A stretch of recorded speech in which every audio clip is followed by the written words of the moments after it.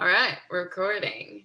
Hi. Hi. Hey, Rachel. Good morning. Good morning. Well, kind of good morning. It's always a good morning, right? Trying to be It, positive. it is a good morning, and I always take good things from anything. So, but I feel like a lot of people are having a morning today, and in some seriously not good ways, and in some small not good ways. Yeah. Yeah, I think I've got the small not good ways going on. My stomach's been a little upset, so if I'm suddenly like, "Hey, be right back." Hey, you know what? This is real life. Yeah. This is how you move through and navigate through the whole self instead of just the fake pretend self. So I think that's wonderful. No worries. If you need to take a moment, take a moment. Thank you. Thank you. We're just gonna like keep it really raw today, Yes. which is why I do this. And what's going on with your morning? You want to share? Sure. Yes. I recently relocated to San Diego, as many people know, and I'm in a roommating situation that is not working out. So instead of whining about it, I decided this morning that I've only been here 30 days, and I was thinking, why would I limit myself? Why would I choose to live in an environment that wasn't as advertised and as committed to? And I have zero excuses to not make a choice. So I choose no more. So Yeah. I went into that energetically. So I feel very empowered and good about that. I'm using my frustration to, channel it into something good, something action to make the change. And then on my way here, and I'm really glad I was in that mindset already. And I was consciously saying, okay, we're not going to be upset. We're not going to complain. We're going to do what we need to do. I have this podcast. I want to be on here. I'm going to move locations so that it's a quiet, respectful place.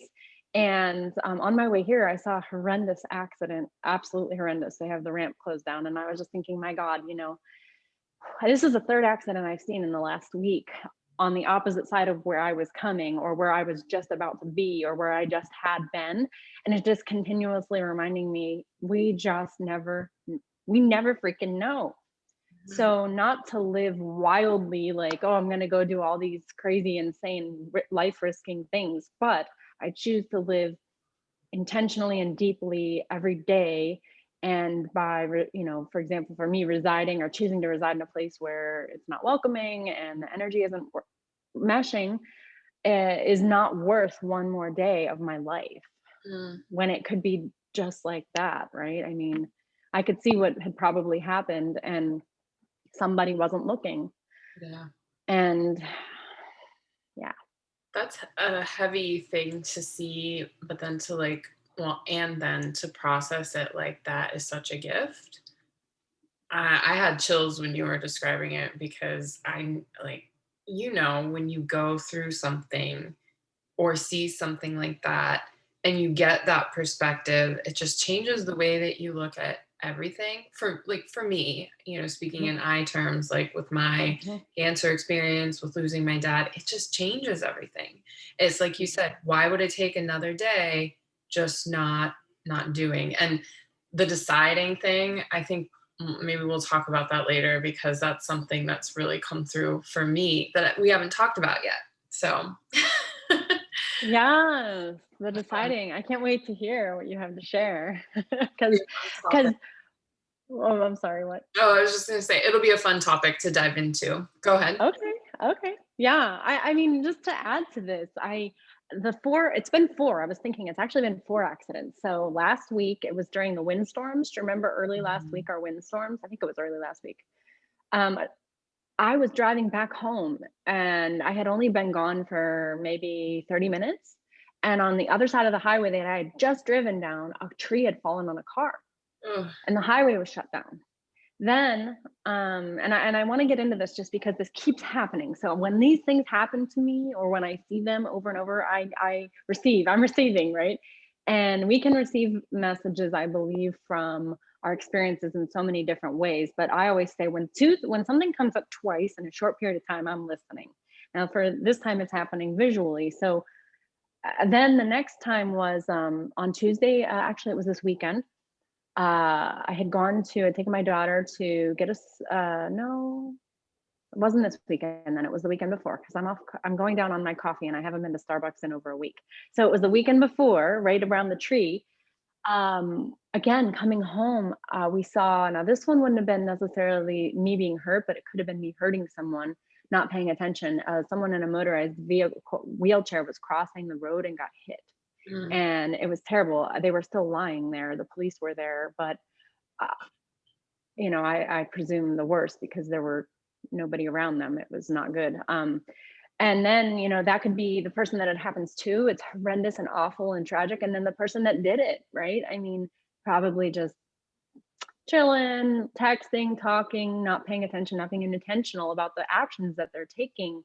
And so much nowadays, we're so busy and we're so in a hurry, and we're so, I need to look this way, do this thing, be here, be on time, be perfect, be right, do good. And without paying attention to the next step that we're taking. And even in the world of my eyes are watering, so that's just going to be what's happening here. So if you see me gently dabbing, that's what's going on. And this is actually, I've learned from my trauma coach, a somatic release. So as I'm talking to you, my nose is starting to run, my eyes are starting to water. I'm having a somatic release just from expressing this. I And I'm kind of, sorry, I shouldn't have interrupted, I feel like, but I want to just say that I appreciate you verbalizing that, giving it language and explaining it, because I think that it's something that I know I experience too. And when we're talking, it can feel like weird or awkward because the body's doing this thing that maybe doesn't make sense with what's being said, but like it actually does make sense. You're processing some stuff and putting things together, and the body's like, yeah, yeah, we're gonna let this through. our bodies talk to us all day long. Yeah. And I didn't know to what extent until I started working with a somatic coach. And it's stunning. And I mean, now I can recognize it, right? I'm feeling a lot of empathy, compassion, and passion about this topic, because I'm feeling empathy for the people that it happened to, compassion for the person who made the mistake in the situations, or made the, maybe not even mistake is the right word, made the choices that led them to that situation.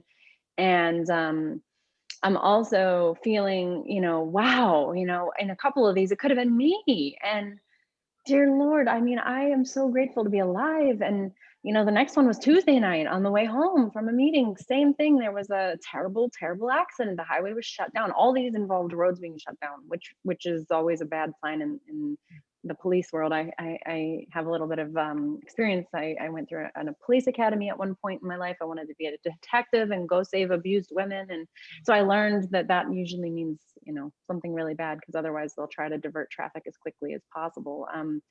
So that usually means that someone has died, and they have to do a formal investigation, and they shut everything down so they can take all the measurements and things like that. But, even thinking about that as the person sitting in the traffic, when that happens, I think about that now, like, oh man, this is because they have to do their job to help the future of this situation for whomever needs to be protected or looked out for or whatnot, or whatever needs to happen. So yeah, this is, as you can see, I tend to look at the world from a lot of different perspectives, and this is one. And then, today, the exit ramp that I get off on, it's one of those, and this is unusual for me. I've not had this experience except in California so far, where the exit ramps and the entrance ramps are kind of one of the same. On the where the when you're getting onto the highway, the lane is also that you're trying to merge out of to merge onto the highway, is also the lane that people are merging onto to then get off on the other side. Yeah, it's messy. And I just yesterday, literally yesterday, was getting off on this exit thinking, this is such a very diabolical exit, and it's the shortest ramp that I've seen, the shortest road. And I was thinking, I'm gonna really need to be consciously careful every time I get off on this exit. It is the exit for me to The visit my fires. boyfriend. Yes, it is. I know. I was picturing as you were saying it, because I used to take that all the time, and Yeah, gives me like kind of gives me anxiety because people are flying, and yeah, it's a really short space for people who aren't yes. in San Diego and don't know it. It's a really short space where you've got to like zipper the It car. has to be a hundred yards, maybe, Yeah. maybe. And it's a good Yeah. it's a really Oh, easy exit because the yes. mall's there and all kinds of commerce and whatnot, and a lot of living in the Mission Valley Mhm. area. So Yep. I live one exit up from there. So when I come down to visit my boyfriend, or sometimes I use the space because it's very energetically friendly and lovely. And it's nice to be able to have conversations like this here, and quiet. So I visit often. And yeah, just yesterday was thinking, gonna have to be careful. And today, it looked like 3 vehicles were involved, 3 people's lives changed in whether small or large ways, but it's shut down, so unfortunately, that's not a good sign. no. Um, but yeah, 4 of those in what, a 2-week span, and so I'm receiving loud and clear. Again, I could take it as a, "Oh, the whole world's going to hell, and what a horrible morning, and yep, this happened, and that happened, and I'm having a bad morning, and they're having a bad morning, and you're having a bad morning," or I could look at it like, whew, I have a lot of beautiful work to give. This is fueling my passion. There's that person just went through trauma, right? Because I do with the trauma world. That's just another person who's going to need help from someone who knows how to help them, and hope to God they find the right help. But unfortunately, out of the 3 vehicles involved, who knows how many of them will actually find a trauma informed helper to help them truly process what just happened to them at a level that will allow deep healing and true transformation, instead of a scarring effect that, they look back on, unless they're already a positive, Right. person who knows how to do this, right? That's how I'm thinking of it. So I choose to come at it from there. Wow. So there are a few things that I would love to revisit from these stories. And one is to first just say you like see how deeply you listen to your intuition and let it speak to you and actually receive the message instead of just saying like, oh my gosh, the world's falling apart or people are so stupid, which is, I know in myself, I can go there, watching people drive on the road, like, oh, you idiot. But really, what's happening is you mentioned this string of things about like being grateful, being this, or no, all the things we're meant to be. That's what it Mhm. was. We're meant to be on Instagram, we're meant to be on time, we're meant to look a certain way. You see people putting on makeup in the cars and all that, but it's so rarely emphasized that we're meant to be present because and then so that being present, you said that you see things from all like sort of all angles, right? And I think that's very much part of being really present is like then that knowing that there's other things happening and other people living their lives. So it's like not just this like self-centered way of navigating, but constantly being in relationship with what's going on around and having an understanding of it, um, and taking responsibility then for your actions. And that's not a place that I know, like for me and a lot of my life that I came from, I had to go through some stuff to figure that out and learn it. And part of that has been trauma and learning how to resolve that and finding people who can help me understand how that like what led to it, right? And then how do I resolve it? And what is it even that I'm resolving? So I know that you can speak to those things and that maybe your experience is, you've had similar experiences that have led you through that journey too. So um, I'd love to hear about your thoughts there. And I also want to, well, yeah, let's go there and see where you want to take it. I've got a bunch of things swirling around. Sure. I think that your observations and what you're saying there are so true. They resonate strongly because so many people who have been through deep wounds, I often meet them on one end of the pendulum or the other. There tends to not be a lot of balance in the lives of those who've been through serious trauma.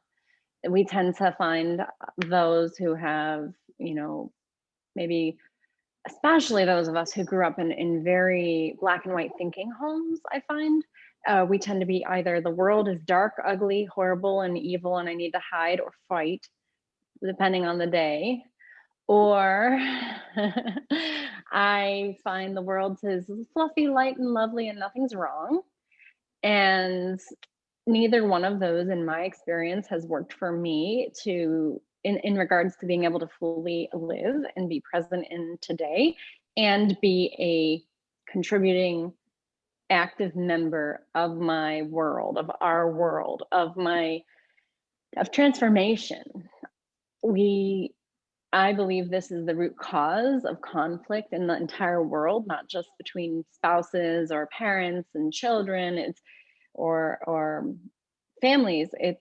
It's a global epidemic. I mean, want to talk about pandemics? I like to talk about the epidemic of trauma. It's such a every soul on the earth essentially has gone through some kind of trauma. Even the most privileged, coddled, protected person can experience any one of life's events, and indeed will, regardless. Right? We're going to experience loss of a family member, or illness, or loss of a pet, or having to move from a place that we love. It's such a vast situation. So the fact that we don't teach very much how to process at a level that excavates and transforms, or reforms or transforms the experience into something that can be viewed from a place of learning and contribution back into our world. I don't know how we've made it this far without that kind of thinking, and I do believe there are some cultures that do this much better than others. Typically, tribal cultures still Mhm, are able and have that, and we've had that before, right? But mhm. we've lost it in the modern world of individualism, of climbing the ladder, of getting there on time, of making sure our hair is perfect. And that's not to say that we shouldn't aim high at all, but it is to say that if I'm present and I find that I'm running late frequently, that's me. That's on me to adjust something in my day to ensure that I am on time and can be present in the car. Mhm. And when I do that, I create a safer world for me and everybody else. And that's such a small example, but we can take um, the things that we've been through, the traumas, the hurts, the pains, the betrayals, the angers, and that doesn't even mean that we're happy all the time. I have lots of up and down days still. It's the processing of those days that changes. It's the judgment or the lack thereof that comes about of those days and of self that changes. Mhm. And therefore the whole journey and the ability to see others as human instead of as competition or as a threat, Mm. and honoring still what they're going through while still allowing yourself to make your own choices that you need to do to keep you where you need to be. It's such a different world than what we tend to see. Yeah, yeah. I feel like the world that we tend to see is so enmeshed while at the same time not connected. Truly, it's a that paradox. We're so connected that we're disconnected, and we lack boundaries, and just kind of float around. And I heard those themes come up in what you were saying. Very boundaries and personal responsibility and compassion and understanding, and what you said about um, not being. How do we get this far without knowing how to do this? I think that I look at what's happening in the outside world in politics and in the situation with, like, sex trafficking and abuse, domestic abuse, chronic illness. All of it is just this symptom of our inability to metabolize, is the word that came to mind when you were describing, like, taking these experiences and finding the good and letting go of the bad. Similar to how we metabolize our food, we take in what's good, the body makes the most of it and brings life to us, and then the rest, you know, goes and we let it go. And we haven't really learned how to do that with experience. I think really of like any sort of emotional depth. Emotions have been so, repressed, pushed away, put into a box, certain ones honored over others. But then that's that black and white thinking of like, happy, good, sad, bad, but really like the true living is in the middle, in the gray, and in the like more muted tones and the subtleties. Like I always think when I explain this, I'm gonna get all out there. I love that you light up when I go on my tangents. I appreciate that. I think of like I was actually out walking after my cancer surgery the summer after, and thinking about how I was supposed to have went to Burning Man that summer. I was supposed to do all these things. Instead, I got cancer, and I'm walking around the neighborhood, and it's dusk, but like I'm here and I'm breathing in the air, and someone's got a fire lit somewhere, and I can smell someone else's dinner, and the sun's going down, and it was a really bright day, but suddenly everything had even more color, and there was more life than there was in the day when everyone was at work. Because at this point I was walking the neighborhood a few times a day, but there was so Mm. much more life. And the sunset, there was this great, and then lights were coming on that weren't there before. And it's just like, it's for me, those transition times of like sunrise, sunset, dawn, dusk hold so much richness than like those polarities of like dark, dark night and bright, bright day. So Huh. is that It I've come makes to me, honor the gray areas and get really curious about yeah. them and what's happening there.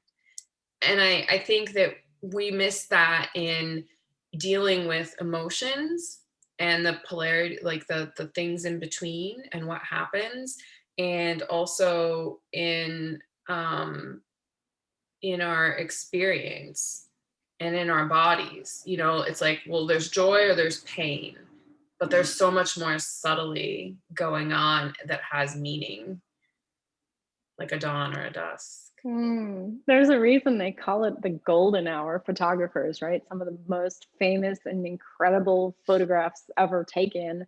My daughter is an amateur photographer, and she gets so excited every day at the end of the day at golden hour because everything looks more beautiful. And that's such an amazing analogy. It's so true. It's the gray in between the dark and the light. Same with dawn, right? It's just rosy and magical, and there's a feeling of a new beginning. And even to me, even at dusk, there's a feeling of new beginning, because I kind of look at it either way. It's the renewing, or the birthing of the day, or the renewing of the day. It's just gorgeous, and that is such a beautiful analogy. I will be borrowing this, I think, in the future, because that's how I feel about life. It's in the pain, and in the journey that is the joy, right? That is Mhm. the joy. And every day, I mean, I am still going through, like you're saying, you were having cancer, you were just out of cancer, out of surgery. And I know a bit about your story, and you had a surgery of epic proportions. I even read up a little bit on your surgery. And from what I understand, it's, what do they call it? The mother of all surgeries. The mother, yeah. The mother. And this, I was reading a blog from another person on it, and he was explaining how he searched for months and months and months and fought his insurance company to be able to get the right surgeon to do it.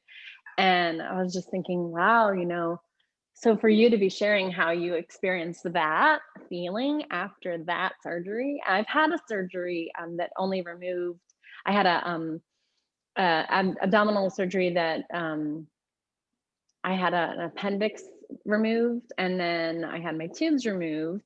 And after both of those surgeries, which were minimal surgeries, I had a lot of grief and a lot of anger and a lot of pain. And I was more self-aware after the second one, the tubal ligation, than I was after the first. But I can only imagine what it would feel like to wake up after a surgery that you had gone through, and to still be able to then walk down the road that summer after that surgery and find joy, right? And the other thing too is, it probably has been a journey since, right? I've seen your posts, and there's layers of processing that we go through. We process things like that through so many different lenses, and through different periods of life, and through, if life changes, if our situation changes, we reprocess it again through that lens, right? And so that's where I feel like your analogy is so beautiful, because yeah, we have that sunset almost every day unless the clouds are out. And that's kind of also analogous to life, right? Like, And then the clouds make it really beautiful, right?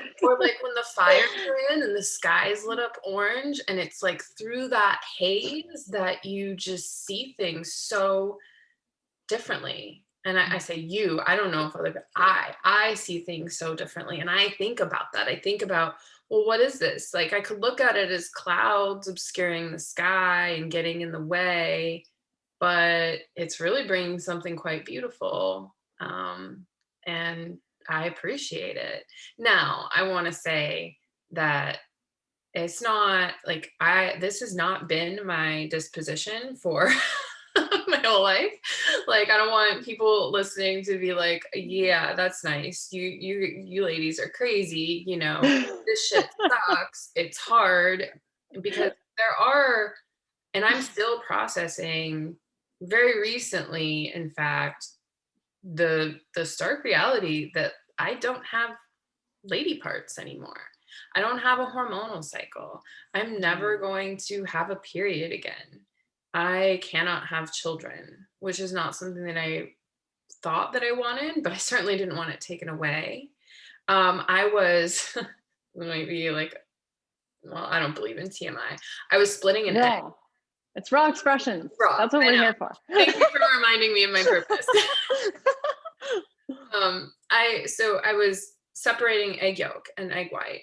And like there's that really like gloopy, and it's like a woman's natural, vaginal juices. And it just reminded me of like what I would feel at ovulation, that slipperiness, that sliminess. And can be real, like that doesn't exist anymore when the hormonal cycle isn't there, when the uterus isn't there, there's no eggs being released. Like I just don't have that. And there was just this moment of like I'm crying, separating eggs, chicken eggs, because it reminded me of that, of something that I had, and I appreciated it. Like I knew when that happened, like, oh, like my libido was usually high.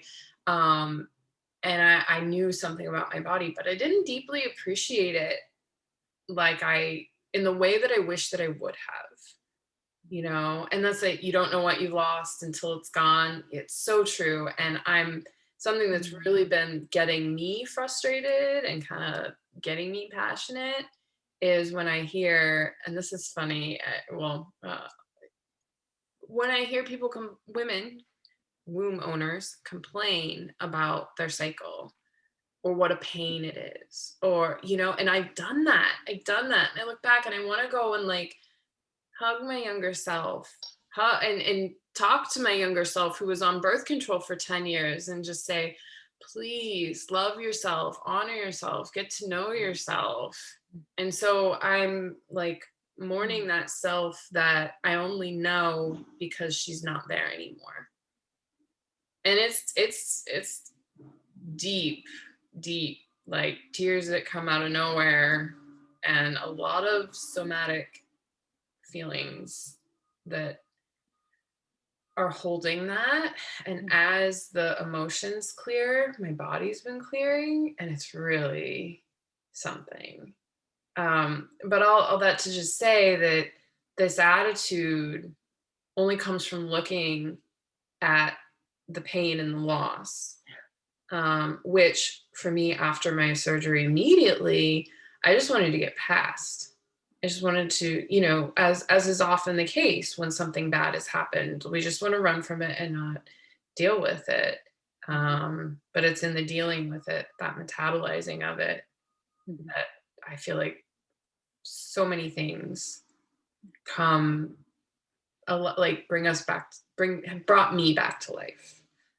So yeah. I'm feeling that. Wow. That's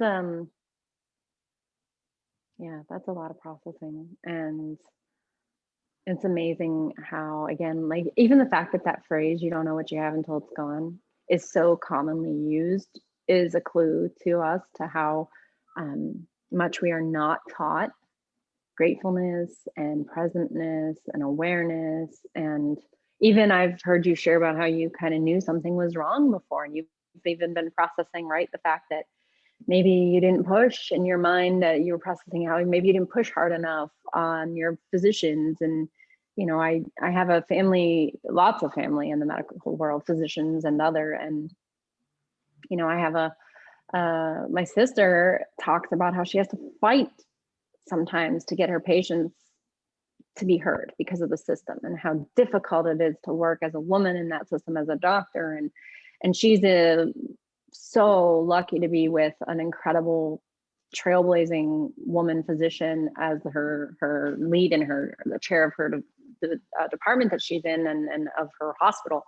But and they're trying, they're making waves, they're doing studies, they're presenting research, they're showing how women as the employee and as the patient are severely underappreciated, underheard, undervalued.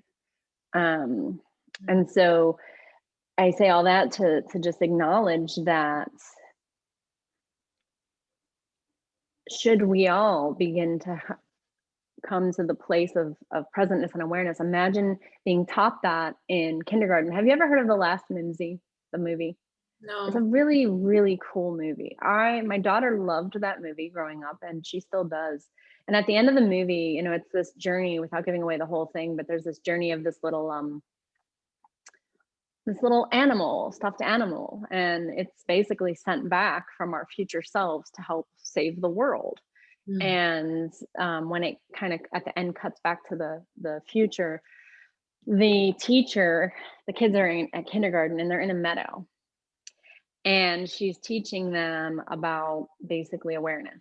And that's what they teach their kindergartners then in the future. And I always think back to that and think how incredible of a world and an existence, especially in countries that lead in the world of education, right? Imagine if we were also teaching mindfulness and presentness and awareness and compassion, instead of just a curriculum that checks a box. And it's so interesting to think about that, and how many people would become advocates for themselves and feel safe to speak up, instead of not trusting what our bodies are telling us. Because again, like you were just talking about, that now you have the memories of what you used to experience, but maybe at the time you weren't truly experiencing it. Hmm. Yeah.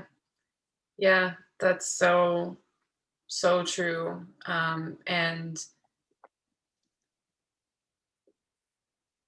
I feel like we're moving in that direction.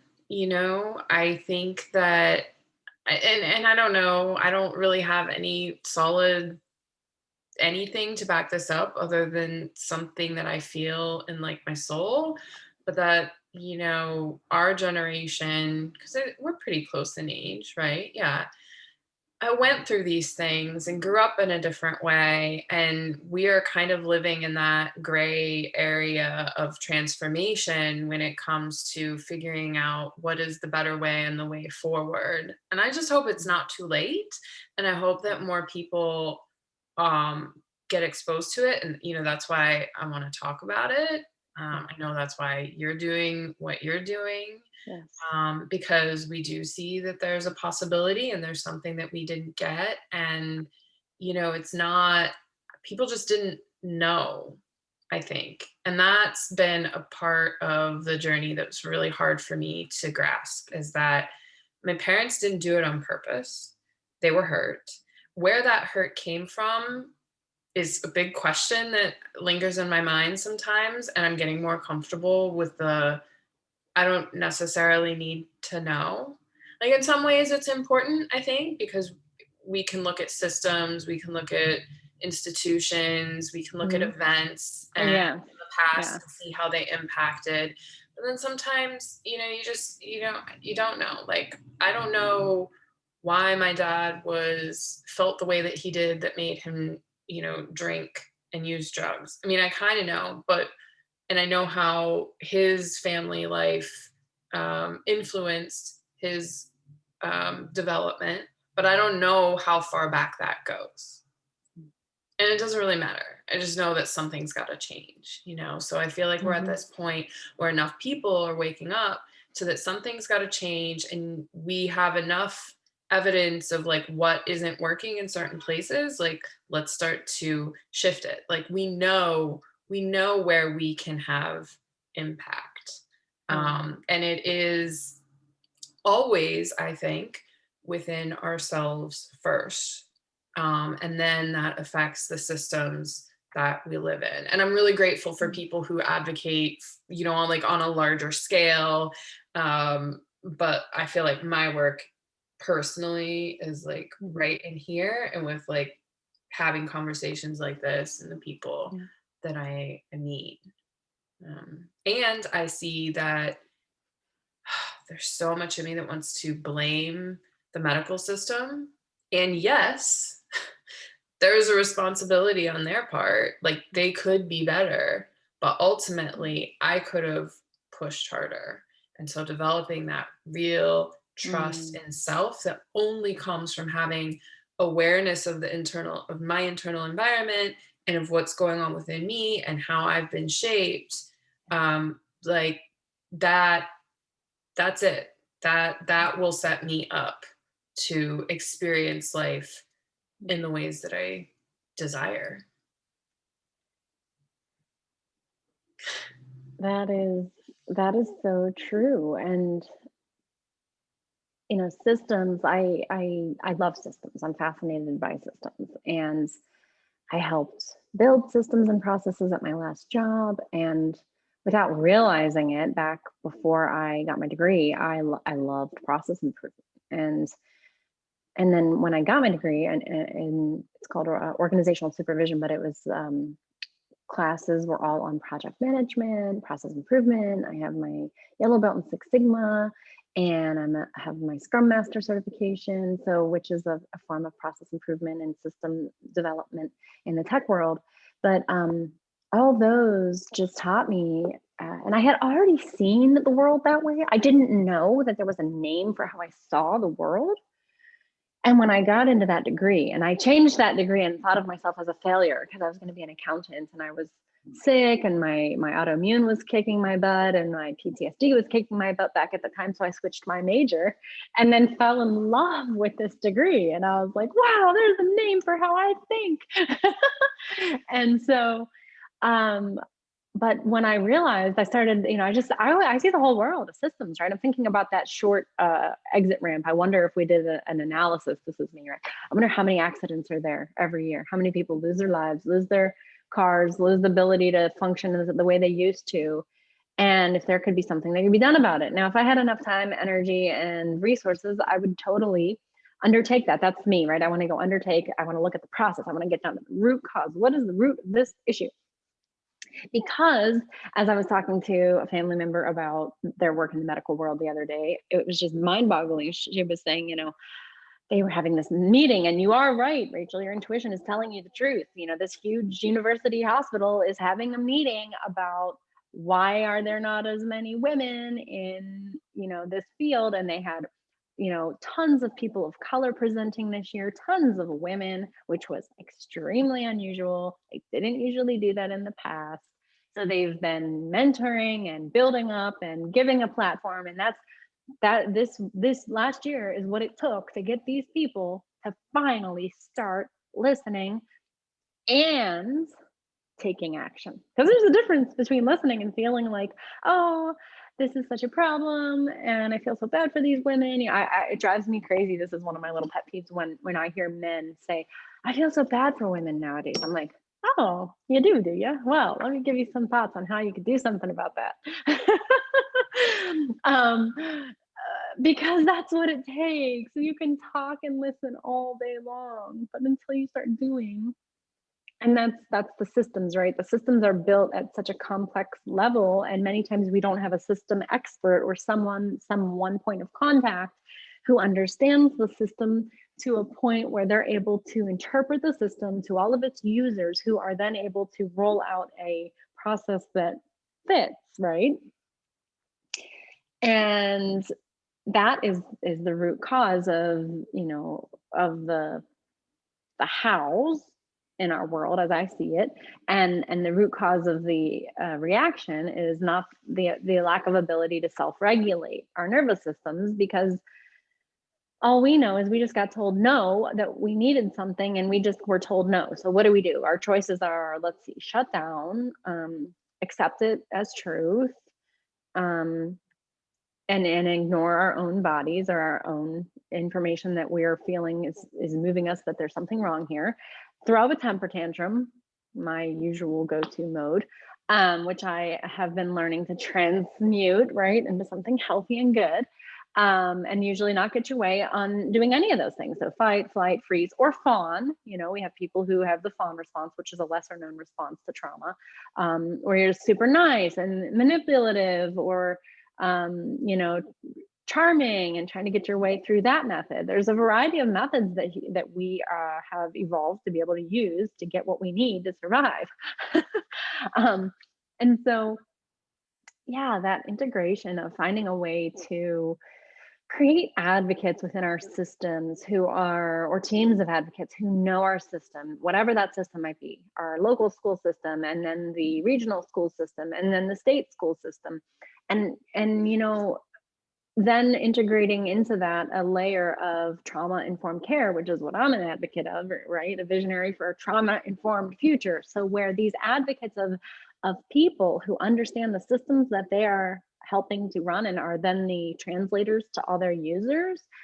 Imagine what a different world we could have if we could solve that, right? And people are listening and they are ready. And as I like to say, we're not going to shut up.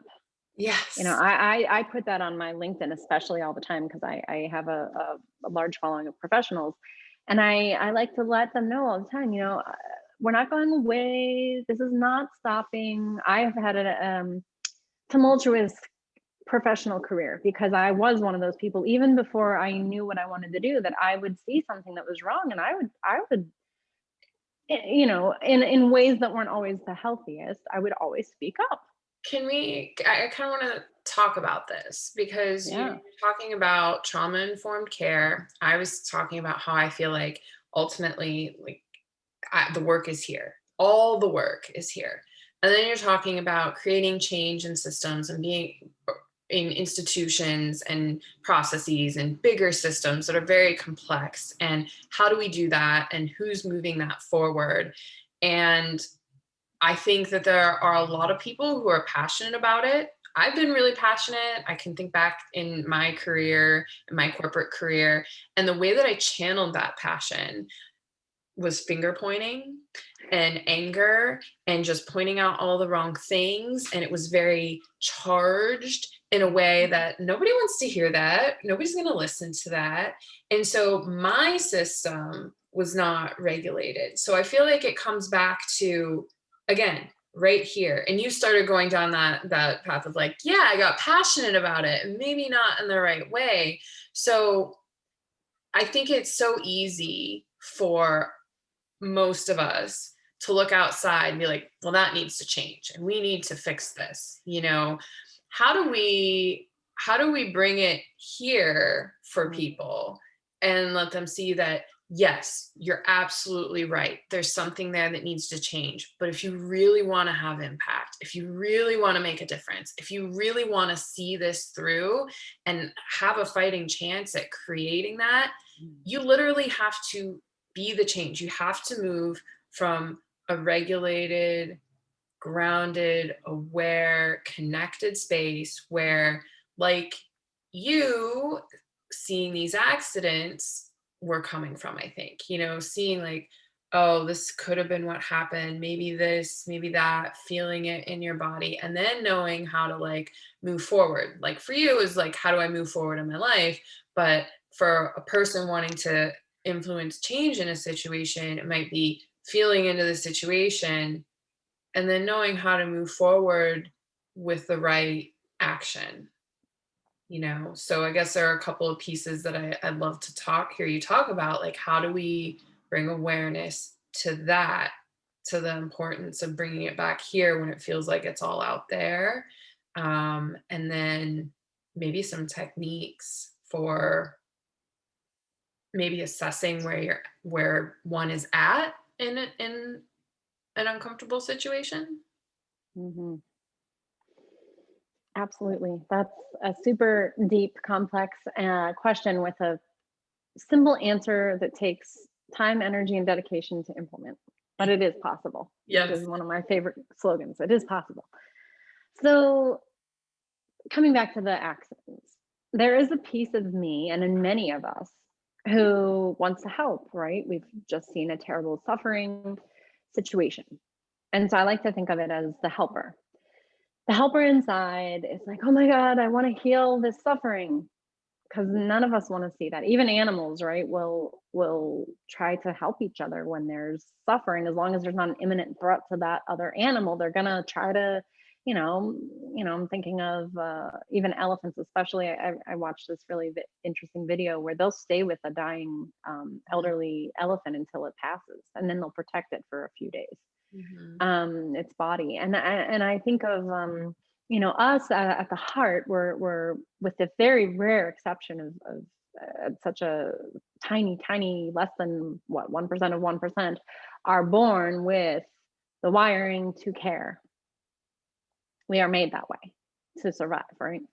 So we want to help. However, in a complex world like we have now, it's not like we're out in our log cabins and we have neighbors and somebody got hurt and we know together we need bandages, we need water, we need somebody to go get some quinine or what. We knew, right? We knew what to do. There was a simple array of options. There were some, maybe go get the local herb master or herb woman. And there was a fairly simple choice of options to choose from. You knew what to do. You did all you could. If they were better, wonderful, everyone celebrates. If they don't get better, it's horribly sad, but we truly did everything we knew how to do, right? And out of that, there's usually someone, and it was less people then because we had less people, who was like, no, there's got to be more. And then they would go find a new way, a new thing. It's at the heart of wanting to help others and then not being able to, there is growth that comes out of that. But all of us have the initial instinct to help. Nowadays, we don't know how. Most of us, if we see an accident on the side of the road, if it had just happened, we don't stop. Why? Not because we don't care. I mean, if we don't, that's a whole nother complex evolution of turning yourself off because you don't know how. It's still you don't know how, or you have such a strong survival mode for yourself that you don't want to take the time or the risk or whatever to do that. So it really, if we dig deep down, it's all about surviving and weighing out my own survival versus needing others to help me survive. We don't need others to help us survive as much as we used to, or so we thought until 2020. Suddenly, the reality of how much we need each other is hitting many people right square in the gut, and we're going, "What? I need to be nice to people. I need people. I need to help people, but how? How?" That's where it usually comes back to. How do I help? I don't know how to help. So that's where with the accident, there's still a little piece of me that wants to stop and help. Now, there's tons of police officers there. There's literally nothing I'm going to be able to do except get in the way if I stop. So I'm not going to stop. I could process it as, again, that dark, horrible thing and think negative thoughts for the rest of the day and be scared to drive around. That's not going to help anyone. I could think of it from the perspective of, I can't believe that ramp is like that. That's ridiculous. It's unbelievable. How come they're allowing it to stay this way when there's probably so many accidents? Is that really going to help? No, unless I'm some type of structural or street engineer or lawyer or somebody who can go take action to make something change right now. No. And so, again, going back to that old way of thinking, or back in the day when everybody knew what to do and they did it and they all were okay, they moved on, they were, whatever happened, the outcome, it was good, yay. It was bad, we all did what we could. But then there's usually that one person who's like, no, there could have been something more done, I know there must be more. And then there's the trailblazer. So out of every trauma comes someone who says, I think there's a better way. And so it doesn't mitigate or lessen or dampen the tragedy of what a soul goes through. But for me, looking back on what I've been through, I think of it like I on most days I can think, those who have contributed to my journey. And if you know my story, you know that kind of sounds a little unbelievable to some people, but looking back, I'm thinking, my God, well, who else is going to do it, right? I decided that I went through it. I didn't like it. And I raised my hand for that situation. So while I can't stop on the side of the street necessarily and help with an accident, although I will say I do know first aid. And if I'm the first one there, I will be the person who pulls over to help because I know how to help somewhat, to see at least if I can help. But if they're already there and I can't put water on that fire, but I can certainly put water on this fire of what I've been through. So I feel like all of our experiences are here asking for volunteers. Who here chooses to take the journey to try to help make this situation better in our world? How many of you are going to need to go through this over and over and over and over and over and over again until you do something about it? And which situation in your life is going to be the trauma that you choose to passionately pursue healing for yourself and then our world? And it all, again, I'll say it over and over again, I truly believe comes back to that wiring of brain and body to survive. And yet, because we are human and not an animal, we have the choice to look for options and solutions. And there's so many of those. And yet, every single solution that we look to in our world typically is a band aid for a symptom of the trauma, not a healing mechanism to truly transform or transmute the wound into something productive. And that's how I see our world is every trauma has the potential to truly heal. We hear about it all the time.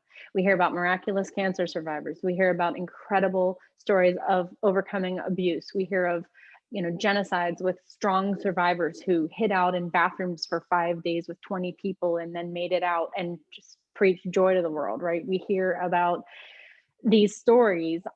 If we're listening for them, they're out there over and over and over and over and over again. How did these people do that? How did they go through the hells that they survived and yet still come to a place of joy again? And that's why I like to teach people you can find your joy again. And it's through learning how to do the small things, and it does come down to self, because while we could have, I envision this future with all these trauma informed professionals who would be those who have been through, right, those warriors who have learned to self-regulate and to come to a place, obviously perfection isn't possible, but you can get to a place of becoming an expert in something, or where 95% of the time you're able to self-regulate yourself during this tense situation and contribute knowledge and wisdom and exemplary behavior and show people how to calm down or how to solve the problem or guide you to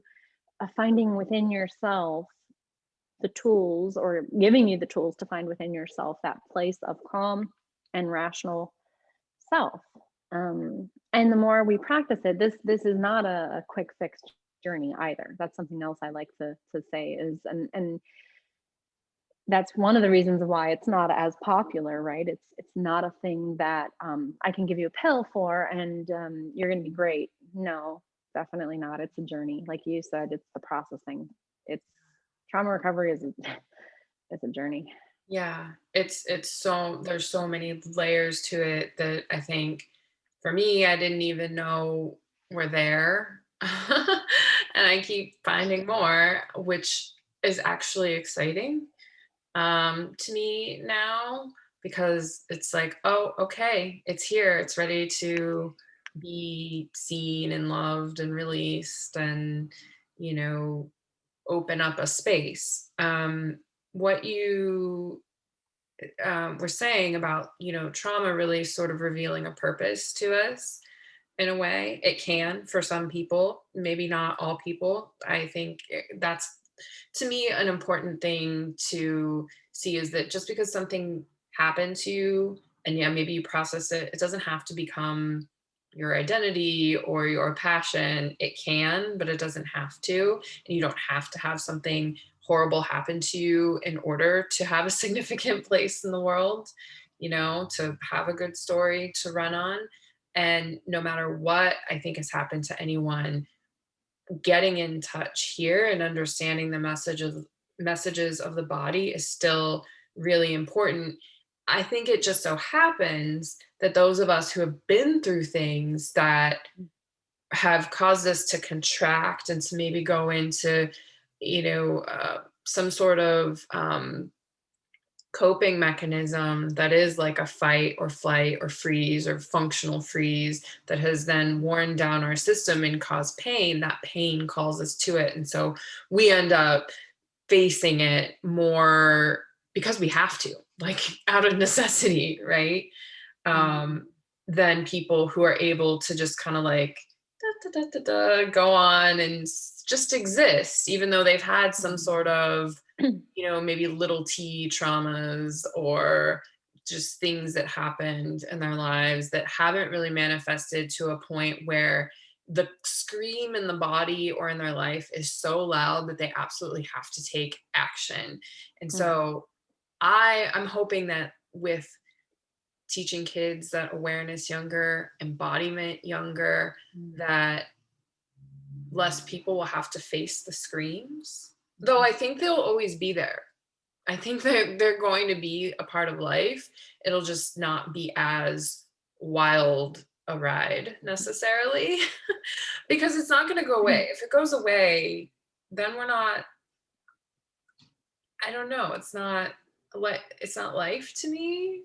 I don't want to say, I feel like when I say that, I'm like attached to the pain. Like, no, you've gotta, like, I want suffering. I don't want suffering, but I see that there's gifts in suffering, and that it's like you said, that suffering, that feeling like there could have been more, like that is what propels us forward. If it's comfortable all the time, it's just stagnation. Um, yeah. I think that's super important to mention about how you don't really need to go through a trauma to be significant in our world. And I am very passionate about this, so I can tend to be obviously on my side of the window that I see life through. Um, but I do want to talk about that a little because it's true. Not everybody um, experiences the levels of pain that we're talking about, or at least haven't yet. I will caveat that because, Yes. what we're learning is that a lot of times, too, people who do experience intensive pain, which oftentimes is research on, first of all, some of the most successful people in the world, and also on those who are trailblazers in some way in almost every field. They've experienced some type of very significant childhood in some way, oftentimes involving abuse. Not every time.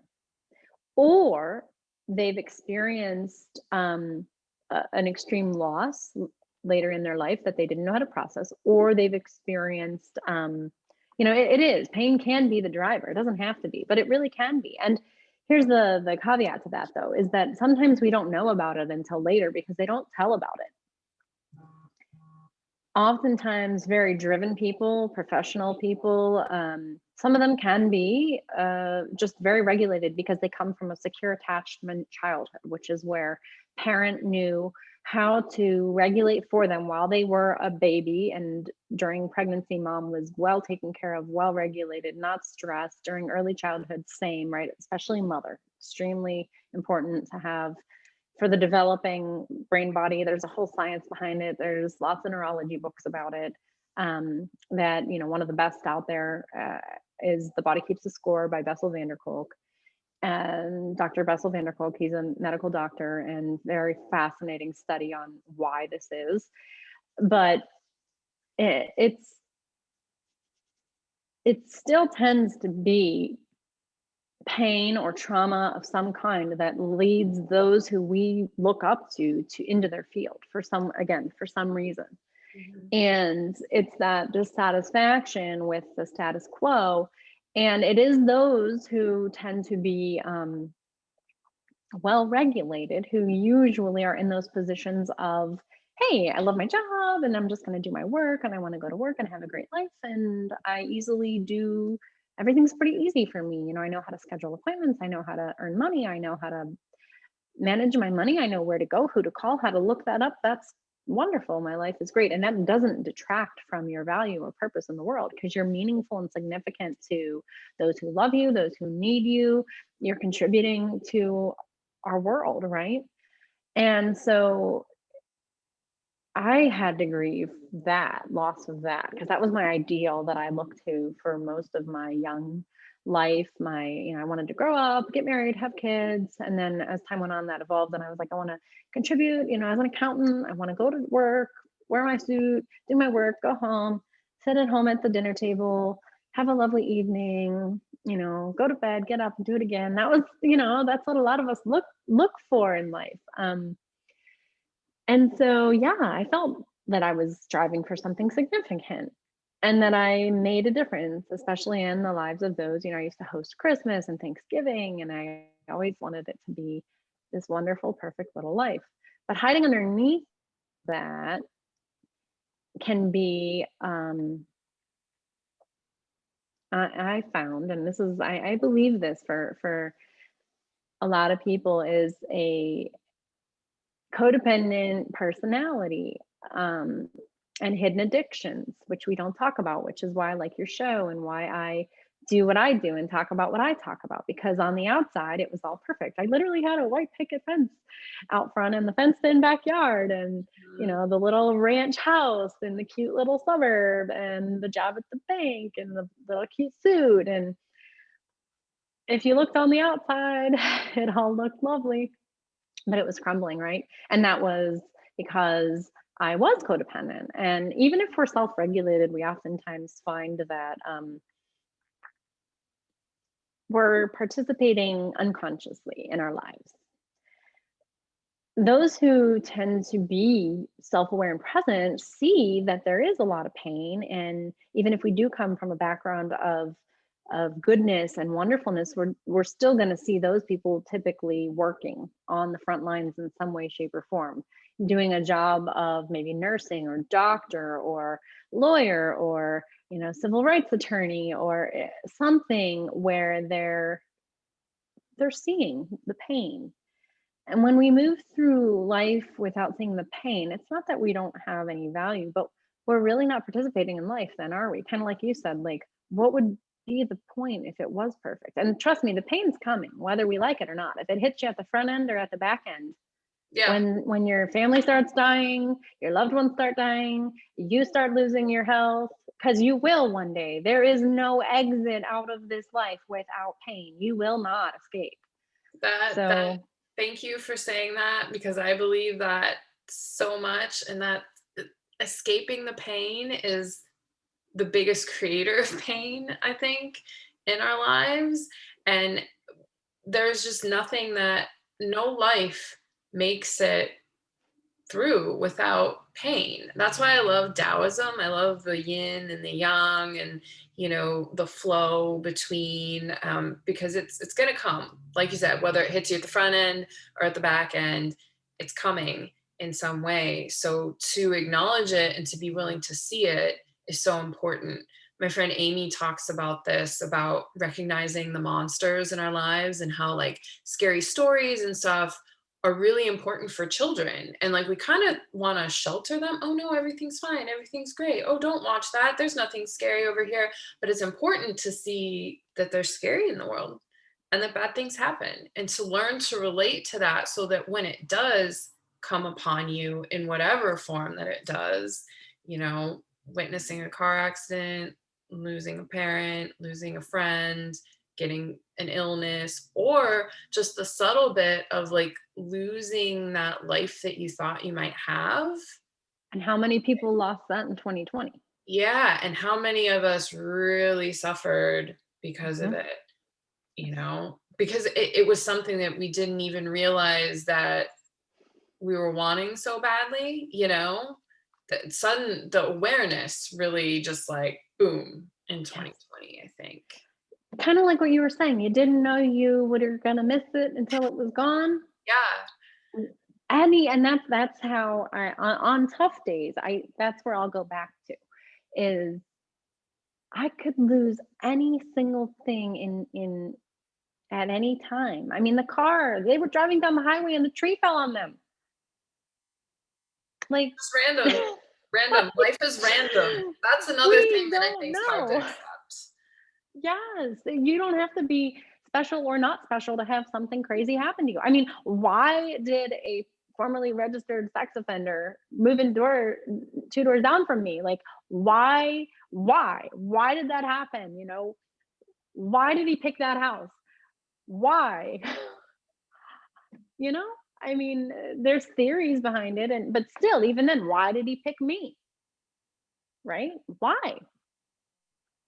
It's mind-boggling, the statistical chances of so many of the things that happen in our lives. And then, that's why I do subscribe to the fact that I do believe everything's for a reason. And everything will create something in your life, one way or another.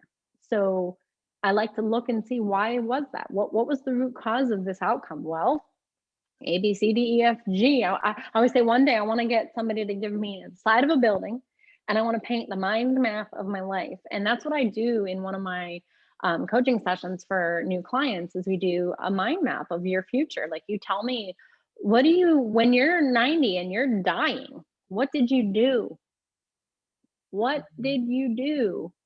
And you tell me, and we paint your mind map, and we're like, wow, look at this life that you created. Now, where are you, and how are you going to get there? Because to see experiences as pillars of strength, especially the ones that were hard, changes everything.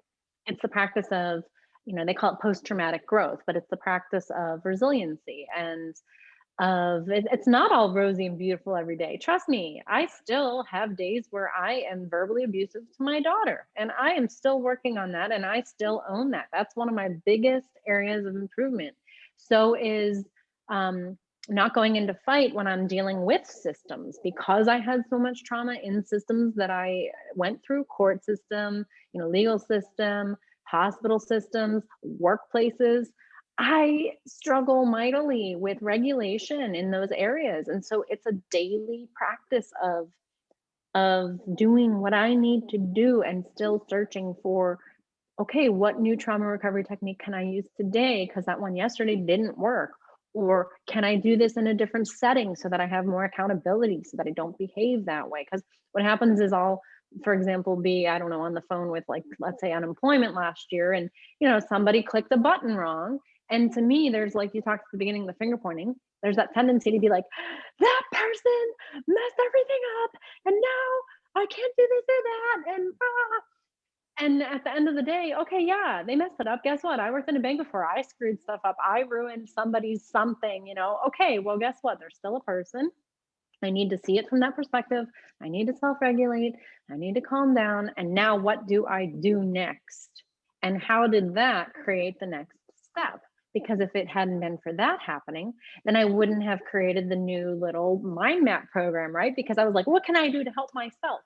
And so that's how I like to teach, is that you look at it and then you process it. And I can give you a couple of, like, little live techniques that I've learned along the way. But have it happen, feel the feelings, process the feelings, and it takes way longer in the beginning than it does as you move forward. And then take an action step. And then enjoy the beauty of the fact that, because that thing just happened, you just came up with another way to do something. What did you learn? What can you teach somebody else now because of what you just learned? And how can I then influence the person who's helping me, instead of being angry at them? And maybe they Google me and they're like, well, this chick's insane, like, she's supposed to be trauma recovery, she was so horrible, I'll never call her, and I'll tell everybody I know not to call her, right? So it's like, how do I take these situations? Well, I got to talk about them. And then, because that happened, and because I do not have shame over these things, I'm like, no, I did it, yep, I'm owning it. How do I teach somebody else now who might be going through the same thing, and then alleviate some of that verbal abuse that our world has so much of? I mean, just turn on the television, it's like verbal abuse city on our politics and our news and our interview systems. I mean, it just makes my heart hurt. And so I'm thinking, how do we stop contributing to that?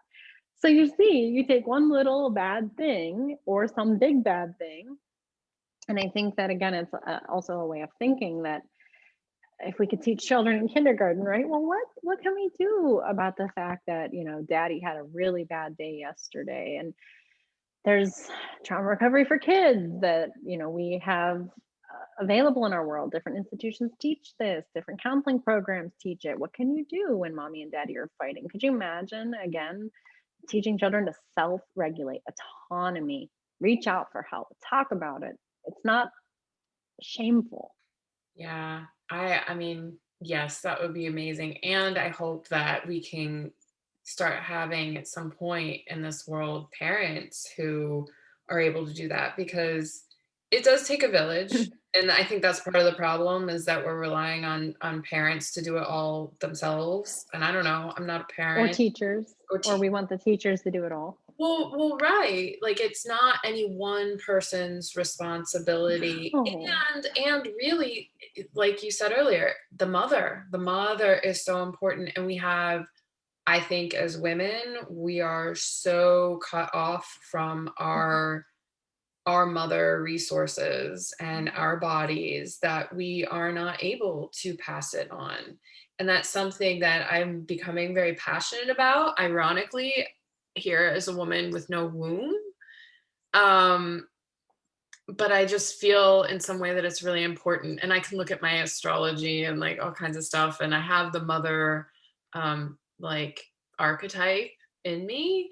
So the fact that part of my trauma involved losing this, I think, is part of that entry mm. into how do I create it now from the state That of not is having it. So You are the epitome of the person who you can bring that stark contrast to a mother. Like, what if you didn't have a womb anymore? And you can then instigate thought. And so, you're doing your small work inside, but your big work is this awake. Like, think about it, cherish what you have, honor what you have, learn more about what you have and how it works, and how we can flow differently through our work and our life and our practices in flow with our bodies as women. I mean, we could get off on a whole nother tangent, but there's 4 weeks in the traditional cycle. There's 4 seasons in the year. There's all these different resonances. Yeah, it's beautiful. It just like systems and trauma and how it's all interconnected. We're all interconnected. And I just did a post the other day about this. Like, we are your tribe. Like, I am driving down the road, just like those people in that car accident, right? They're each other's tribe. Like, we are a tribe of the world now. I mean, you could be interacting with someone from the other side of the earth at any moment nowadays. And I mean, I know travel's down, but still, we have people, especially here in San Diego, from all over the entire earth. We are each other's tribe. And if we can learn to walk about like that and see each other as, you're my tribe on the road. I want to keep you safe and I want to keep me safe, and we're here together going where we're going, but we're going together in this little path right now. We're together. Or yeah. in the grocery store, right? Or wherever we are. And in the world at large, in this whole universe, we're all co-creating together. But yeah, seeing it just in our little communities first. And what I'm really hearing, what I feel, is that it's about treating the other as you would treat yourself. And the truth is that many of us don't treat ourselves very well. So I bring it back to, like, it's about in here, the internal dialogue is reflected in your external dialogue. And yes, you could be very codependent and very pleasing to people on the outside and saying things and doing the right stuff and have a really nasty internal dialogue. But the energy, to me, of that internal Mm. dialogue and that external dialogue are still congruent, because they're not very even though you're nice on the outside, it's damaging because it's not authentic and it's not loving. Mm. It's not really truly loving necessarily, because Mm.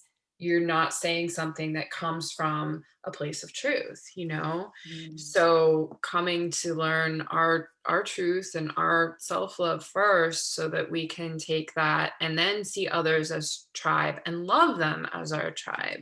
And there's so much othering and finger pointing and blaming right now that I know we've got some work to do. Got some work to do here. I want to be mindful of time because I know that we can talk for hours. I know. And Marion's launching her course today. Oh, Oh, exciting. and Go Marion. She's so inspiring. I know. I love Marion. I'm so excited to learn her ways of productivity and getting shit done. Because I need it.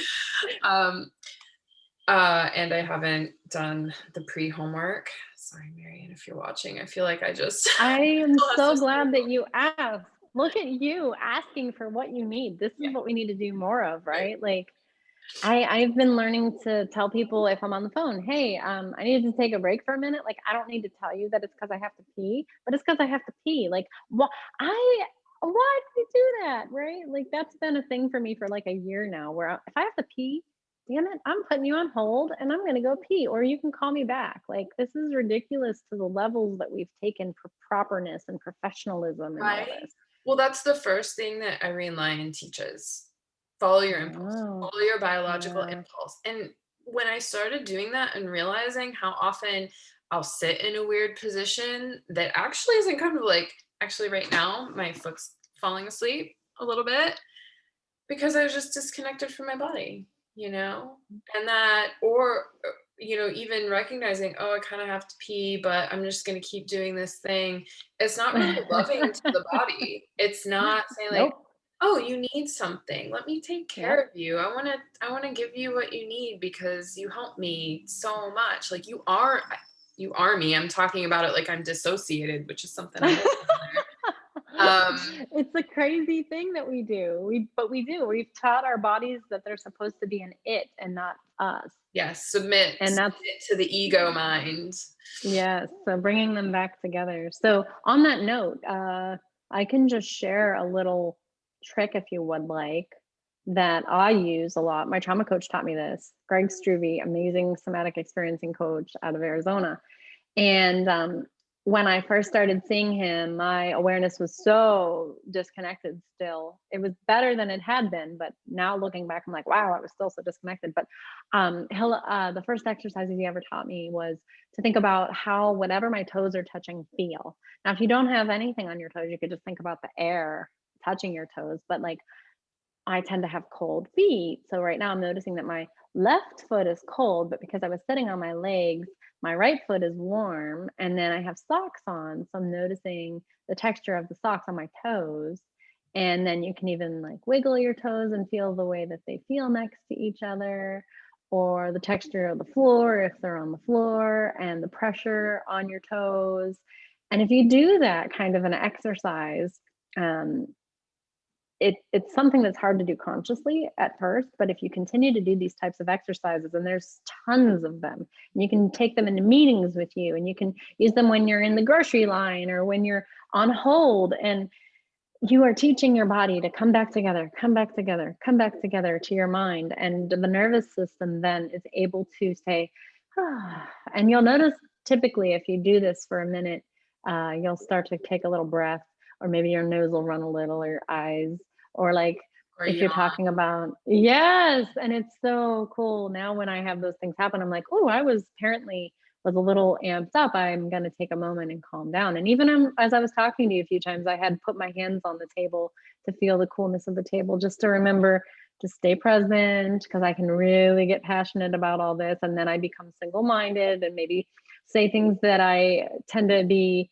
notice I'm using exclusive instead of inclusive language, which is what I was taught growing up, right? So that's whole thing, it teaches you how to just be here more, be what you've learned, be the best you. And so Thank you. yeah, it's Thank you. beautiful. I love that.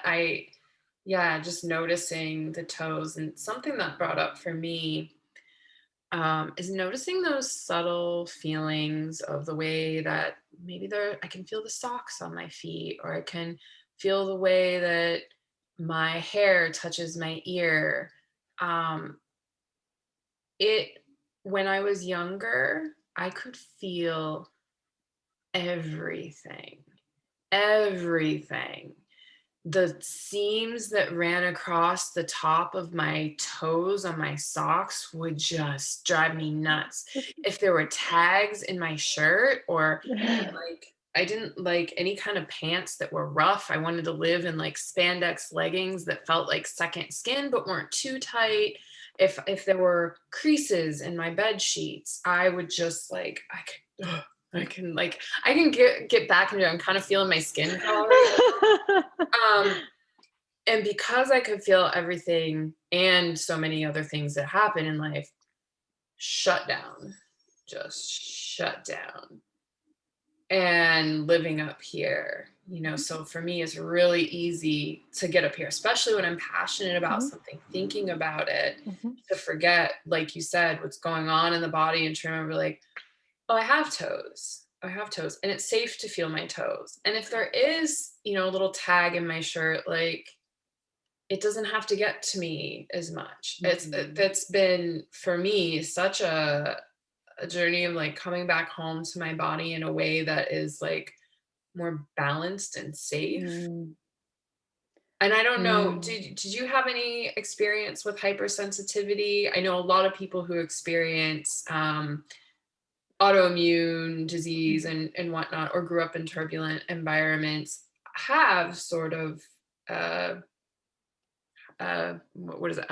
Are classified as highly sensitive people, or will Mhm. say, "Oh, I'm very empathic," which I believe we're all empaths. I don't want to get started on this. I think if you feel that you are an empath and the world is taking you over, it's a sign there's trauma work to do.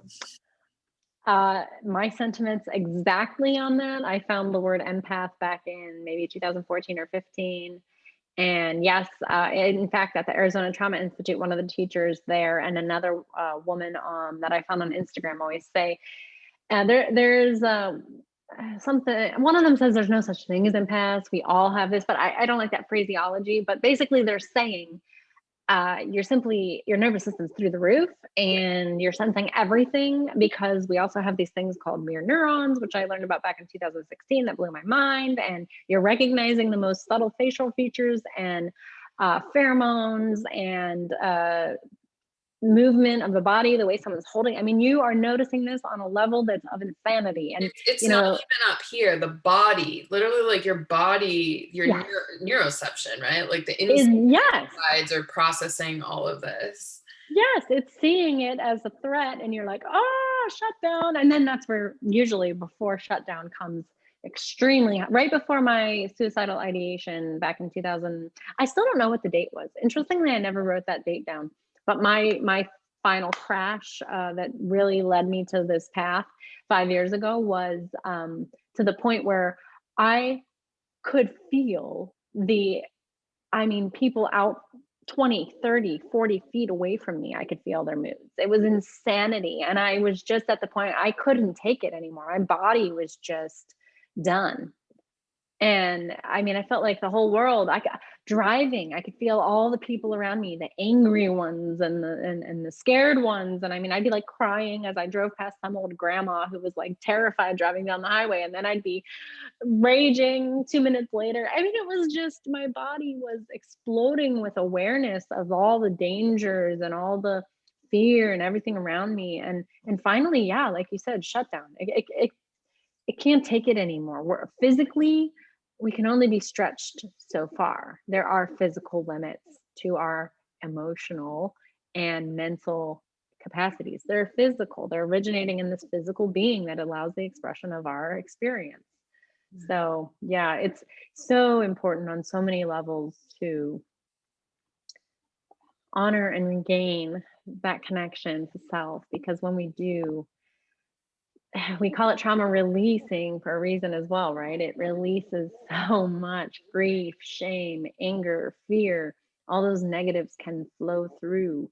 And in that place can come a beingness. Yeah. Because yes, there is joy. I do talk about finding joy, but I'm not joyful every day, all day long. I'm joyful when I'm intentional, and then that sort of You could think of it like filling up a cup every morning, it's that joyfulness practice, and then taking that with me through the day and then renewing it each morning. But it helps you to stay even, it helps you to just maintain a beautiful balance, when your nervous system can, for the majority of the time, stay calm, and you know how to bring it back. And when you're going into a situation that usually traumatizes you or reacts, your system reacts, and you can solve it like a puzzle and intentionally do that, and own it and feel powerful and no longer feel like the world is taking over, and know where to find your resources and know how. It's a beautiful experience when we regain that power over what we used to think was mm, something maybe that happened to us. Oh, I'm highly sensitive and I just can't control it. It's And maybe not we can. ownership. It's not taking that responsibility. It's not empowerment. It's still something having power over Mhm.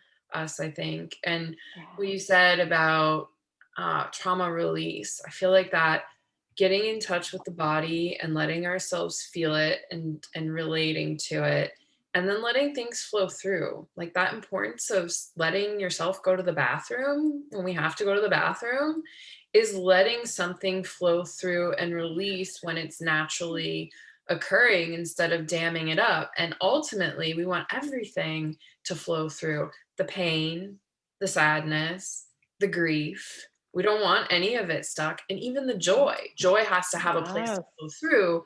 And if the grief and the sadness and the anger and all of that, if we blocked that and held on to it, the other stuff can't get through, which is why I'm a big believer that depression is just a lack of expression.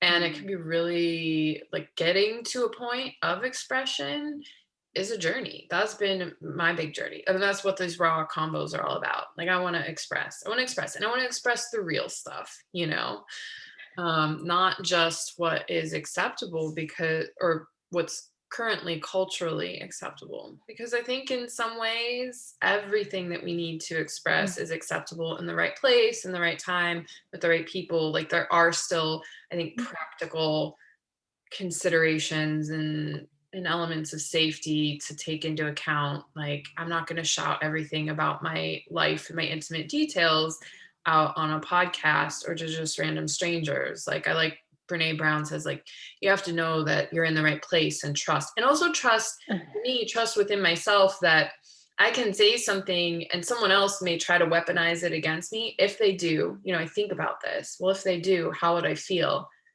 Will I be hurt by it? Because then there's something still in me that I haven't resolved in that space. And that is my responsibility.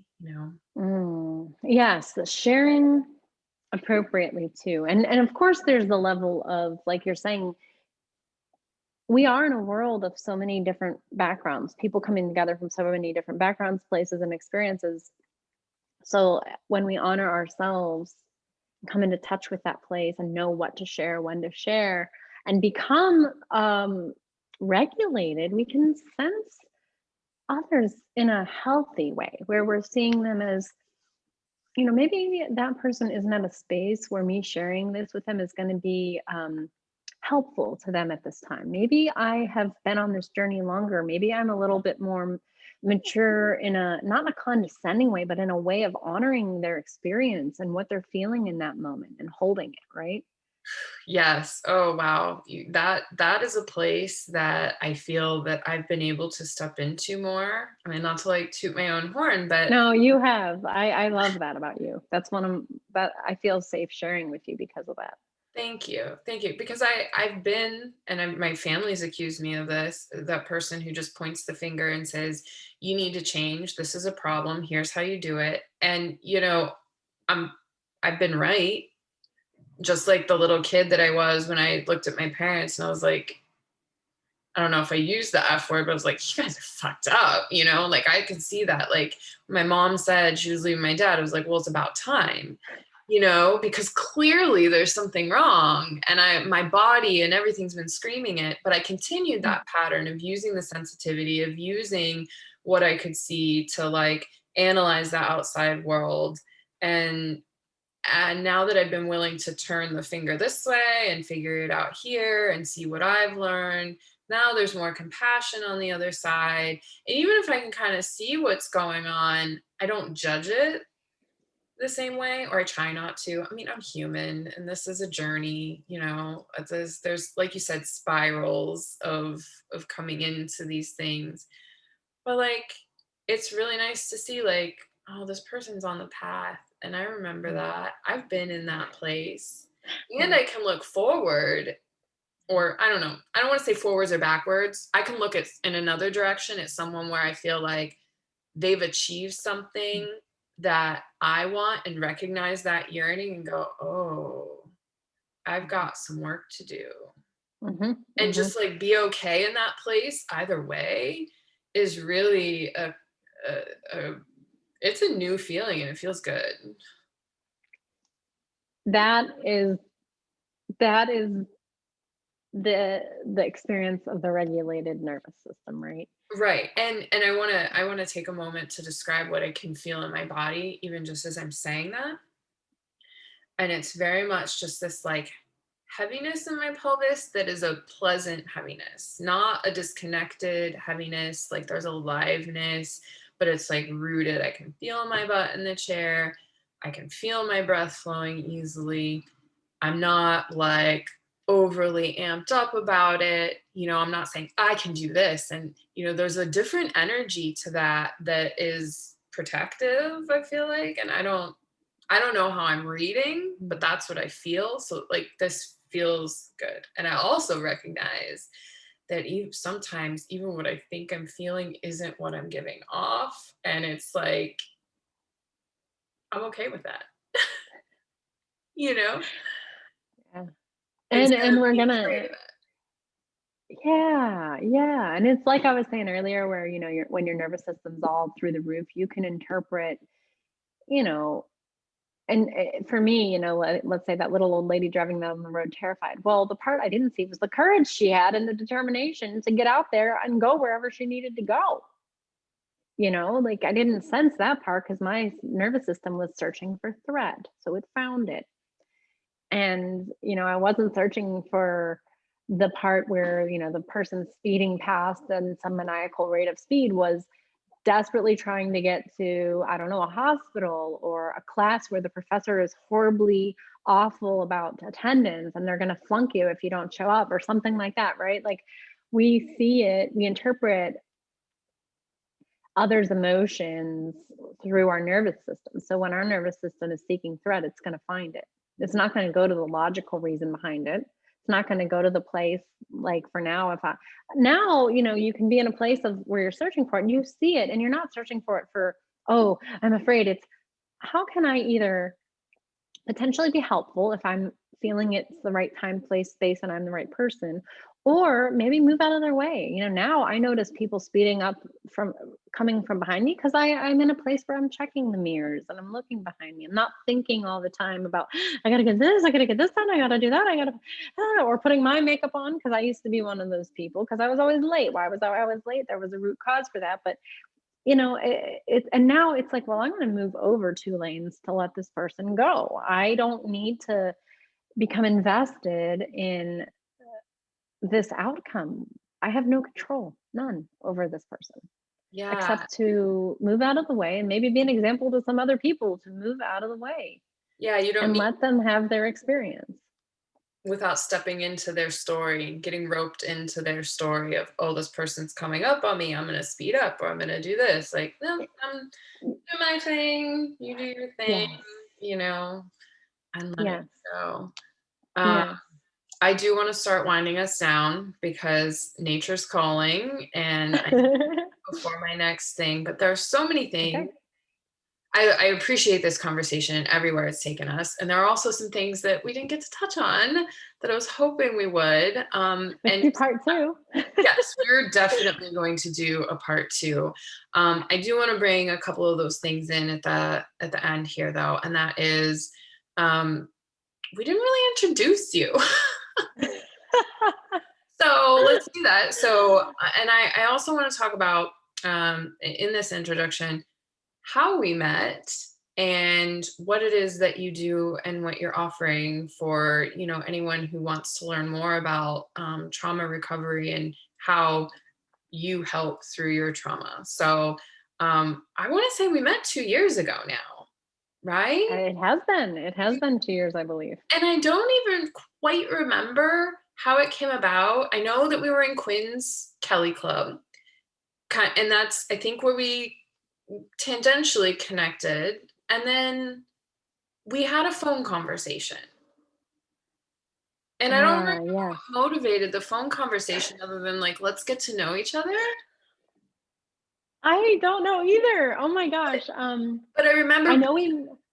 on the phone and Uh-huh. talking and it just unfolding that we're from the same place, which is wild. Like, and it's one of those things, like you said, like these things show up and like the world works in weird ways. Like, Yeah. not only are we from the same place, but like these Yeah. similar interests. Yeah. Similar growing up, similar family. I mean, we're actually from the same. Literally, we grew up less than what? Probably less than 10 miles, because miles isn't that big. It had to be Yeah. less than 10 miles apart from each other, and that's where my mom grew up there. I mean, it's wild. But yeah, I don't know what perpetuated the phone conversation either. Maybe it was on Instagram, the Slack line, something like that. But yeah, we had that awesome conversation.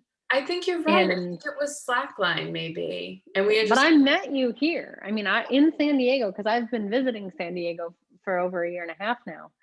And yeah, it was wild. And then we knew each other for a while, I think, before we even knew we were from the same town. yeah, we 'Cause were connected on Instagram and all of that for a little bit. It was that conversation. I was like, whoa, you are kidding me. Like, how wild. And then we met at a Slackline thing. That was the first time you came Yeah, to one of my workshops. Sorry, those sirens. It's going to be great for the audio. yeah, yeah. Okay. Well, yeah, it was wild. And then from there, I mean, you're one of those people that I feel that I've known for a very long time, and it's just been an easy communication relationship since we met. I think we communicate similarly, directly, and shared experiences always help. But also, just I appreciate so much the depth that you bring and the different perspectives that you honor in your conversations. I admire that, and I strive towards that, because I tend in myself to see me being very passionate and one-minded about things, which I know as a visionary you do need to be that way. But I appreciate what you do for me in our relationship to bring me back to reminding me, um, intentionally or not. Sometimes I know it's intentionally, which I treasure that, because apparently I have a strong personality that makes people tend to not want to do that with me. And so to have someone who does that is great.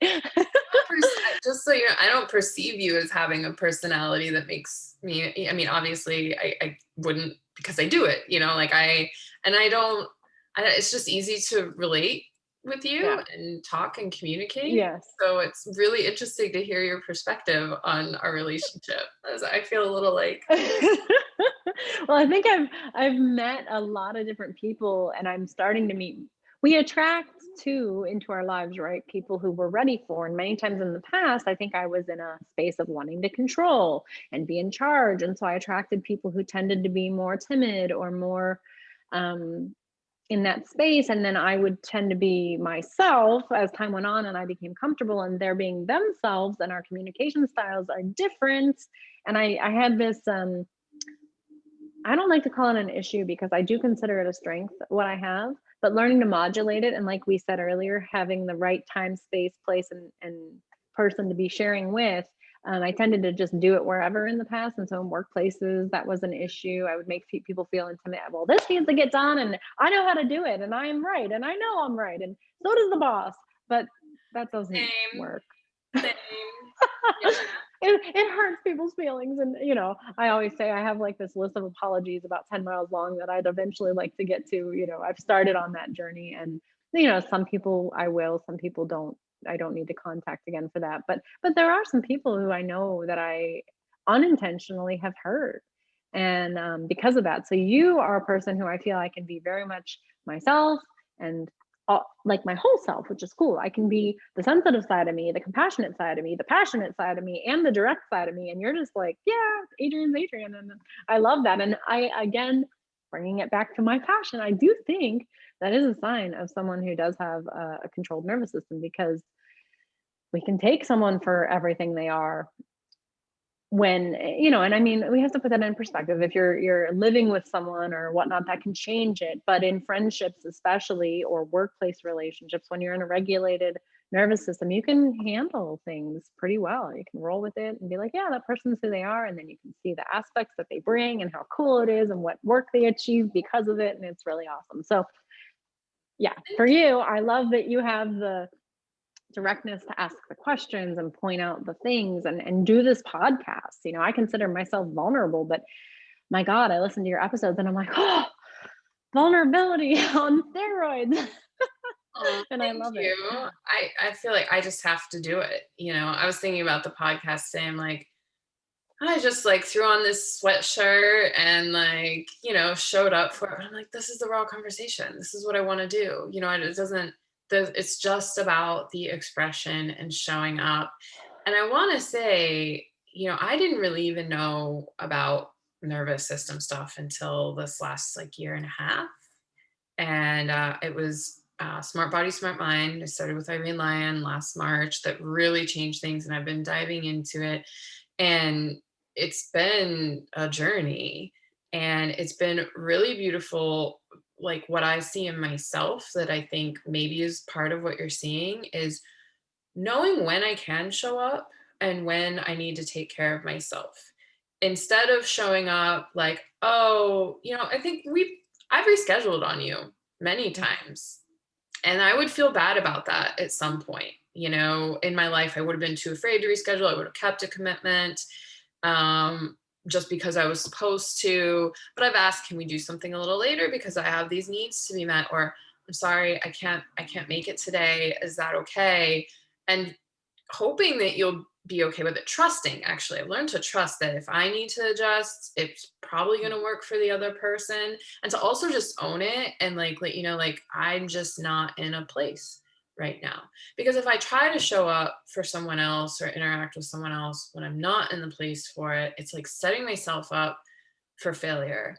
And there's like a balance between always putting things off and brushing it off, and learning to, okay, well, I'm supposed to do this thing. How can I center myself and then show up for it? You know? And The difference between resisting and avoiding something that you need to do versus taking and honoring time for you when you have something going on, right? yeah, yeah. Yeah. And how does that, just recognizing how that part of me reflects in all of my relationships. And so I thank you for being the type of friend who can accept me as a person, and still honor me even if I haven't responded to your text for 2 days. Like, I'm working on it. Working on And I can have the faith in you because I see you doing the work, because this is an area that's triggering for me in relationships and friendships in the past, where when people don't show up, I would tend to just be like, all right, they let me down again, they don't do what they say they're going to do, rah, rah, rah, rah, rah. And so now being able to take the time to see, uh, you know it's in the communication and the intention behind it. And so you being true to what is happening, I have faith that you are doing what you need to do, putting your boundaries, and you're not, oh, I don't feel like doing this today. It's not that, right? And I feel like that's part of the corporate culture. I know when I was really sick, there were some times where I called off or had to go do something very important and was treated horribly at work because of taking that time. And I think that part of that comes to that old trigger, right? That old yeah. story that I'm going to be treated with distrust and disbelief when I ask for what I need, because our culture, especially in corporate and especially in sales, which I was in for a while. And especially for women, I think. Oh yeah. Oh yeah. Oh yeah. Like, Is so needy, and your the kids cycle. are always sick. Yeah, the kids are always sick. And yeah, get over it. Maybe this is why women shouldn't be in work. My sister goes through that a lot. Um, because how dare you be a female and have time to take time off to have a baby or breastfeed or any of those other things like called being human, and be a doctor? How dare you? Um, So it's so fascinating, but on a smaller scale, it's still very prevalent in the medical field. Yeah. On a smaller scale, I've encountered that so many places. So this is us teaching the world how to do this. And Yeah. I keep saying it is possible and it will change. Corporate America will never be the same again after this. Too many people have learned how to honor their bodies, their souls, and their experiences this last year for it to ever look the same again.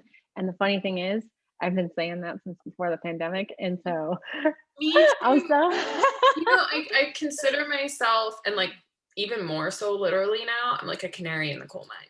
I'm like, what happened to me is what happens when we're constantly yes. exposed to these chemicals, this toxic stress, all of this stuff. And when I was working in corporate, I was looking around and my boss was saying, I just don't know why our employees aren't as creative as they used to be. And they just aren't as enthusiastic and passionate. I'm like, well, because you shame them, because you treat them like a cog in a machine instead of Yep. valuing their contributions and giving them the space to fail. You're expecting perfection. This was even before I had read Brene Brown's The Gifts of Imperfection. I'm telling Mhm. him this, and this was like 8 years ago, 9 years ago now. And I advocated for a lot of things to change to help people feel valued. And there was just so much resistance. I'm like, you guys are going to see turnover skyrocket. I'm out of here. But nobody wanted to listen to me. No, no, But no. they're listening now. I think they're listening Yeah. now. Things are changing. So it's good. Canary in a coal mine. I love that. Yes, because I don't have the best genetics and I did have a crazy life of stress. And guess what? The weakest of us will show the health of the system as a whole. Yeah. And it's interesting because even in religion, so many religions preach that how you treat the least of these is what you really have inside your heart.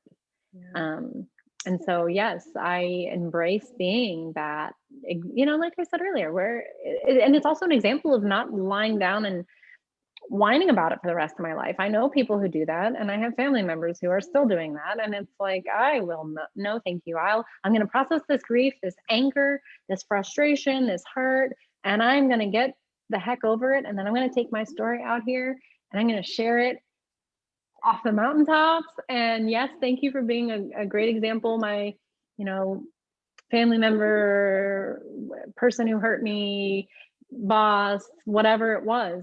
It's like, thank you guys. Look what you've done. You're changing the world. Yeah, So, well, and they've given us the opportunity. You said like it's the weakest, and yeah, in some ways we were weak in relationship to the things that happened around us and the way that we took it in. But then what we've done with it, and this is something that I'm really coming to terms with and figuring out how I feel about it. Like I wrote a post Mm. recently about my therapist saying how resilient I am. And I was like, Oh, I saw just tears because, oh, yeah. So, and the way other people look at me, like I had a friend say, like, oh, if you were back in the day, you could have rolled with me, like in the streets of LA, because I don't hang out with weak people. And I'm like, oh, so I'm also the strongest? And I wouldn't that. have been the strongest Huh? necessarily without the weakest. Like you need if Isn't that they're gonna cool? the yin and the yang, and the deeper it goes, the higher it goes. And Yes. so many I it drives me nuts, the love and light people who are all about ascension, ascension, ascension. But I'm like, no, expansion. Yes, and it's the transmutation or the transformation. That's what like I was saying earlier, right? You take a horrible and you mold it and shape it and flow with it, and it becomes this incredibly beautiful thing. And then, yes, how you treat the least of us, so to speak. That I'm not religious, and I'm not a um, proponent of organized religion because of the exclusive practices that many of them do have in small ways and big ways, depending on the religion. But I am very much into spirituality and finding, that higher power and connecting and communicating and making spiritual practice a part of your life.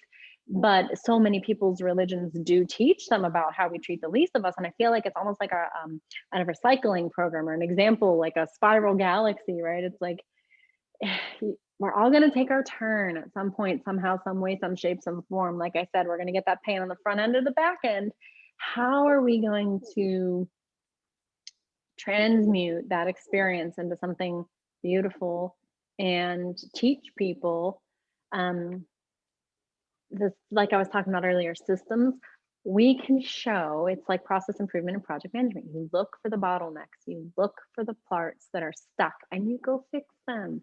So together, that's what we're doing. We're looking for the places that need smoothed out or taken apart and rebuilt, you know? Love how you explain that, and I think that way too, and didn't really I wouldn't have related it to the things you relate it to, even though, I mean, I could dissect my corporate time, the things that I was involved in, the things that I did, and it's very aligned. And now I think of that in terms of like energy flow, and I often picture water or myself on the slack line and feeling into that, and it's just like, yes, yes, we're clearing a system, or we're clearing a pathway and putting a Mhm. system in place that structures that pathway. So Yeah.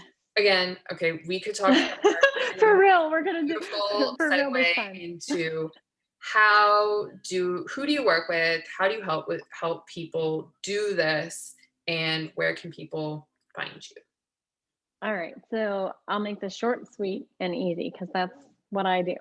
That's what I try to strive. That's what I strive for, and that's what I create in the world. Ease for people who've been through abuse, who are looking to have that full life, who believe that the life that they dreamed of is still waiting for them, and they're ready to transform into the person who's ready to accept that life and pass it on. And so I am a visionary for a trauma informed future, and I do that a few different ways through the Trauma Recovery Academy, which launches on February 28th. It is a groundbreaking new program that takes my project management and process improvement background and overlays that and many of the classes that I've taken into a program, and my experiences. And it shows you the how in a variety of different aspects of life that really affect trauma survivors, such as, well, we're going to talk about having sex again after being raped or sexually abused. We're going to talk about being at work and how do you handle emotional outbursts when you're feeling frustrated or emotional shutdowns. We're going to be talking about how do we stand up for ourselves in our legal system when we're going through that legal system, those types of aspects. So especially for the woman who's been abused, is either in court or has been through court or still has to go through court, and has children as well who have been through trauma because of, you know, what you're going through, or because of, you know, in our case, I was abused and then my abuser abused my daughter. And so that's who I help in the Trauma Recovery Academy. And then I take it, I'm a visionary for a trauma informed future. So I want to tell the world about this. So I recently gave my first TEDx in Los Angeles at TEDx Bellthorn Women. Shout out to Raina and all the beautiful ladies who have participated in that amazing TEDx over the past 3 years. And you can see that TEDx. You can visit me on my LinkedIn, my Instagram, my Facebook, my YouTube. It's all easy under Adrienne Rouan because we're keeping it simple here, people.